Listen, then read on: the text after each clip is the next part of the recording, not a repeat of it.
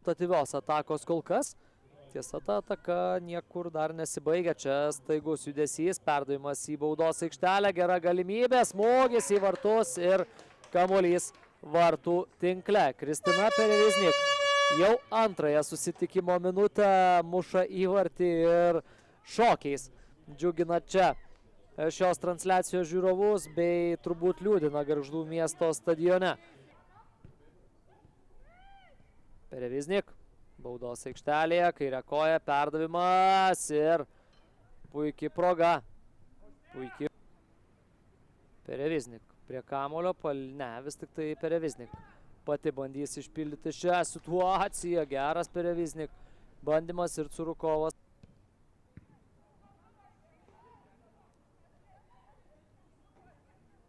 Čia klaida ir galimybė, smūgis į vartus, Curukova. tą smūgį vėl sugeba.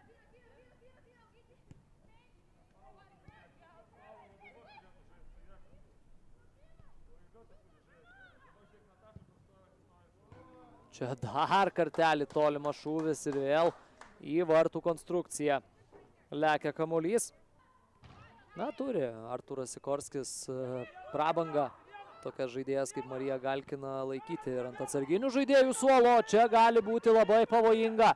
Tomašauskaitė baudos aikštelėje, perdavimas komandos draugiai, bet ir vėl.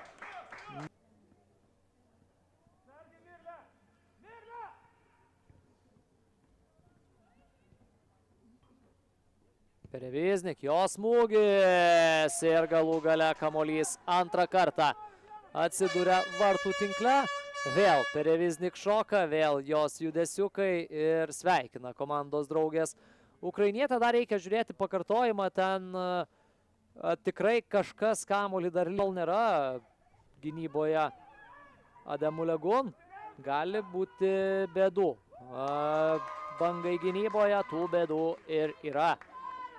Puikiai kontrataka, Meida Prosevičiūtė deda tašką šiose rungtynėse, jos įvartis ir rezultatas tampa 3-0. 89-ąją minutę pasižymė aikštėje po keitimo pasirodžiusi Meida Prosevičiūtė. Ir čia ilgas perdavimas į varžovų aikštės pusę, ten bėga. Dabar Bibi, jo smūgis ir blokavo šiek tiek kamuolį, atrodo, Aistė Šveckutė. Gintras sugeba laimėti rezultatu 3-0, tai yra ketvirtoji Gintros pergalė.